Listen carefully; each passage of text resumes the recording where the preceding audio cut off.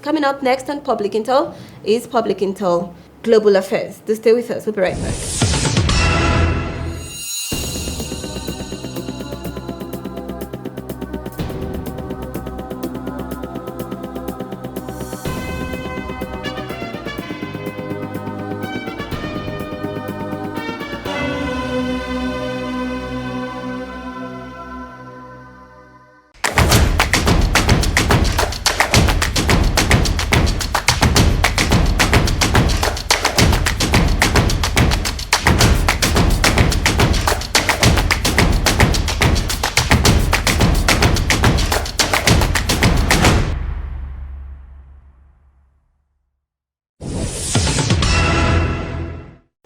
Welcome back. And in the global space, President Joe Biden has said that the United States should ban assault-style weapons and high-capacity magazines to tackle the carnage of gun violence.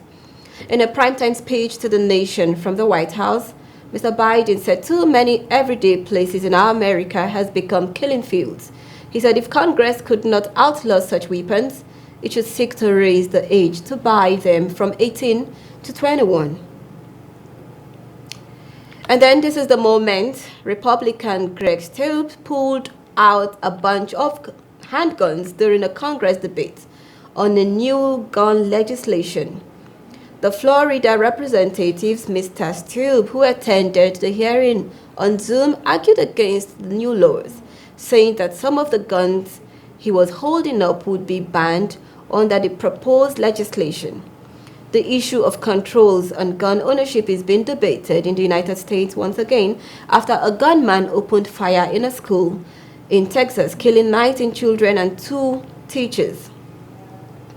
And then moving on to World Health Security, the World Health Organization is now counting more than 550 monkeypox cases around the globe. And then Russia calls on the World Health Organization leadership to investigate the activities of the United States-funded Nigerian laboratory in Abuja, Zaria, and Lagos. Chief of Russian Radiation, Chemical and Biological Protection Force, Igor Kirillov, said on Friday, against the background of numerous cases of the United States violation of biosafety requirements and facts of negligent storage of pathogenic biomaterial, we call on the leadership of the World Health Organization to investigate the activities of United States-funded Nigerian laboratories in Abuja, Zaria, Lagos, and inform the world community about the results. To analyze this, I'm joined live on a video Zoom call with Captain Ohai Ahigbe. Captain Ohai is Public Intel Global Affairs Analyst. Welcome on board, Captain. Oh, today's been a bit busy, and that's why you see I asked for, I think, an extension like twice. Okay. But yeah, apart from that, it's been all right. Yeah, a bit under the weather, but nothing serious. These things happen. All right, let's move over to the first headline. Biden has urged the ban on assault-style weapons and gun age limits. Do you think this will play out a controversy? Well, it's an interesting discussion that's ongoing, I guess. This whole issue around gun control has gone on in America for ages. Now, even the whole concept of an assault weapon creates a lot of controversy, because between the gun manufacturers, the NRA, and then the people that are, kind of pushing for the whole gun control thing, they're all interpreting it, kind of very differently. So this might even cause a bit more of a problem, because at the end of the day, if the definition is not clear to all, then I think there's very little that's going to be achieved from this point. Don't forget, you have a traditional South who stick by their weapons. There's the Second Amendment that they hold on to, and this is culture there. They have their guns. Now, when you look at the stats today, in 2020, roughly about 20 million guns were procured by Americans. That's a huge number. The estimates today are in America, you have 400 million guns in homes being held by people. So you'd see that it's a big issue. It's not something that's going to go away in a few years. There are lots of issues here. And I think even from a mental health perspective, people want to be looking at what the causes of, some of these shootings are, because they've happened again and again amongst younger parts of the population. That gives a lot of concern. People have attributed it to many things, social media being one of them. And looking at social media from different parts of social media. So from, cyberbullying to some people just wanting to, have their 5 minutes of fame, leading to some kind of tragedy. So we're going to see this debate, playing out. And unfortunately, we're going to see more incidents. Just recently, we had a shooting in Tulsa in a hospital, and we saw about 4 people killed, including the gunman himself. So this is going to continue to play out for a while. How much of controversy are we looking at, when it comes to this? How much of controversy?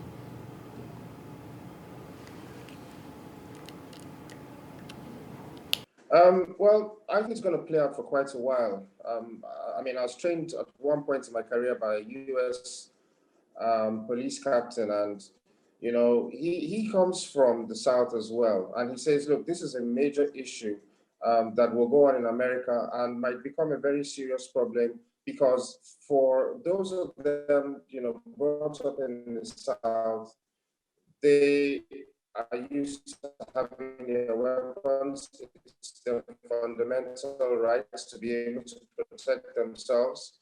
What people are really pushing for are more background checks to try and ascertain that, people that have either criminal past or some kind of mental health issues don't have access to personal handguns. All right, Captain, what is your reaction about the congressman who was already putting out a controversial character? Because I believe that was a controversial character. What is your reaction? Just goes, no, not really. I mean, it just goes to make the point, isn't it? That, some of the people who are mostly like Republican and from the South, they grew up with a gun culture. And attached to that gun culture is the Second Amendment there that gives them the right to be able to protect themselves. The fact is, in American society, security and violent crime is a major issue. So, on the one hand, you have the criminals who are armed, and on the other hand, you have people who insist that they will retain their rights to protect themselves. So we're just going to see this playing out. And I think, the case of the Republican, because I watched that video as well, is just makes the point that, these people, a lot of them feel that it's their right and nobody is going to minimize that right, because some of them are even resisting the background checks, because they're saying, where do you stop? If you start to do these checks, where do the checks stop? Where does it start to contravene, their rights to hold weapons and to protect themselves and their households? More than 550 monkeypox cases have been reported in 30 countries, the World Health Organization says. Now, is this another pandemic? Well, it's kind of an interesting, development, and I'm trying to follow it as well, because apparently, this has been going on, for a couple of months, but it kind of got eclipsed by the whole COVID-19 situation. So difficult at this point to be able to ascertain this is leading to. However, I think one of the things that might work for us globally is that our experience with the COVID-19 pandemic led us to developing some kind of response mechanism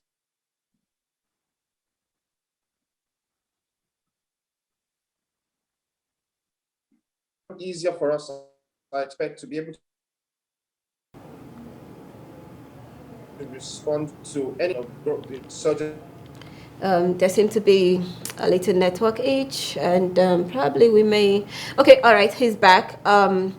Yes, Captain, you may actually proceed. It's going to be difficult to say at this point. I've been monitoring, the story myself. I mean, it is a developing story. So we're seeing reactions from, different parts of the world, different institutions.